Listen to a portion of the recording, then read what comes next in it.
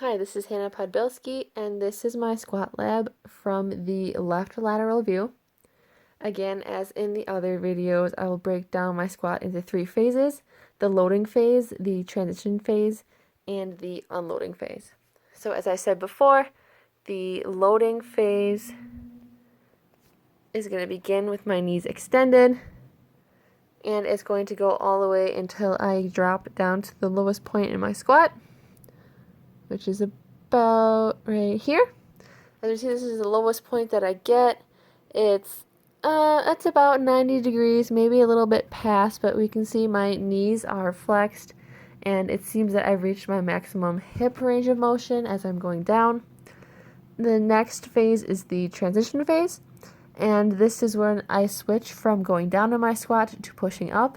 And since I am changing my direction, there's relatively little movement, so I'll just pause here for a little bit before I change my direction.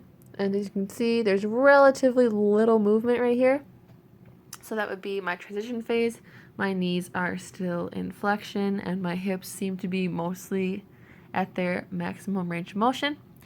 And then the unloading phase is when I push up through my knees and I go into almost full extension. As we're looking at my knees right here, they're pretty much extended. So again, immediately off the bat, pretty much in all the other views, just like them, you can definitely see that my foot is turning outwards. It's everting both left and right. The foot turning outwards could be due to an overactive lateral gastrocnemius muscle, or it could be due to an underactive medial gastrocnemius muscle.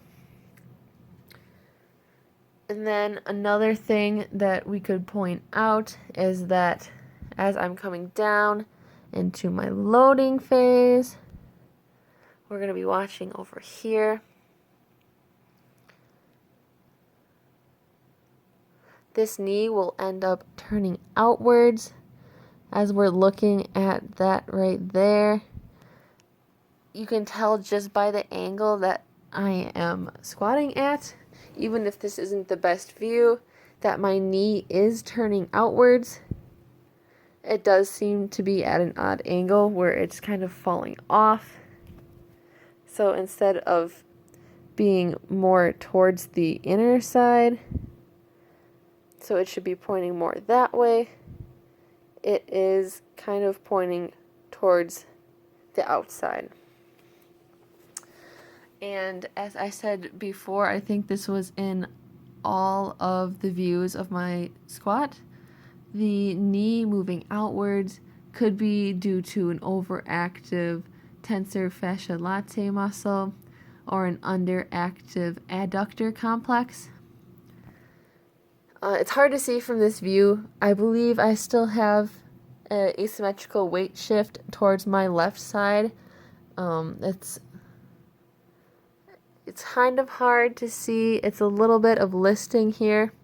We can't see it for sure because we are on this left lateral view, but it's most likely still there, and that could be due to, as I said before, it could be due to overactive adductor complex, or it could be due to an underactive adductor complex on the opposite side. And then again, looking at it from a lateral view, since this is the left lateral view, my lower back seems to round a little bit on this side. As we see the arrow, it kind of like turns inwards. Again, it's hard to see unless you're like looking at it in full speed. Oop, I was meant to do a circle. So let me rewind it. And towards the bottom of my squat, my back will kind of round and my pelvis will like turn inwards. So right there, it just seems to like round in, which doesn't seem to be something that I'd see in a normal squat. So my back rounding could be due to overactive rectus abdominis, or it could be due to an underactive intrinsic core stabilizers such as the transverse abdominis or the internal obliques. And then lastly, from this view, you can again really see that my arms fall forward. So I'll start from the top. You can see that they're basically glued to my head. See right here, the space between my head and my arm is very, very minimal. It's basically almost touching my ear. But as I go down, it definitely shifts forward a lot. You couldn't see my ear before, and now if we draw that line in there, we see that there is definite space. So that means my arms are falling forward, consistent with the rest of the views as well. And then my arms falling forward could be due to an overactive pectoralis major / minor, or it could be due to an underactive rhomboids. And that is my compensations for the left lateral side.